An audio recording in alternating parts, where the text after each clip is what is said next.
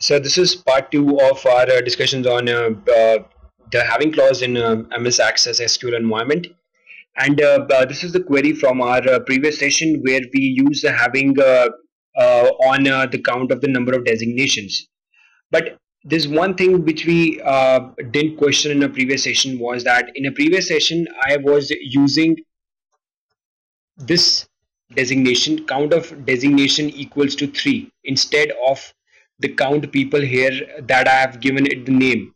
So it's a natural thing is that why didn't I use the name of the count of designation variable that I created in the select clause over here and moved ahead with using the full blown count of the designation function instead.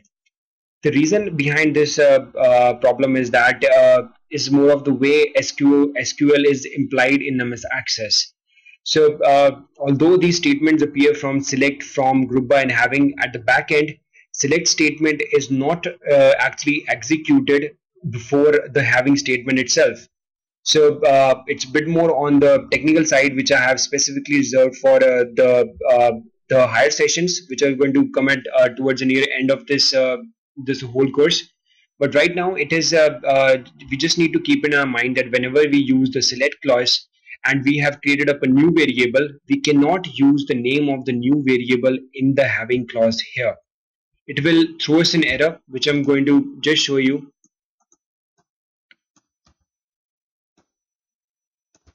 So right now I am trying to use the name of the new variable which I created in the select clause in the having clause over here. So when I run this whole query, it takes me nowhere. This thing is something that needs to be avoided in all of the SQL queries that we create in MS Access. And right now, this box comes up and is asking me because it was not able to diagnose what the count people variable was, and is asking me to give it a value.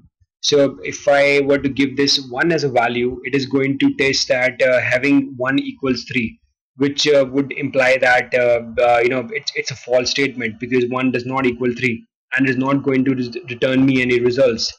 This would have only worked if I would have implied 3 over here, because it would have made having clause true and it would have given me all of the results.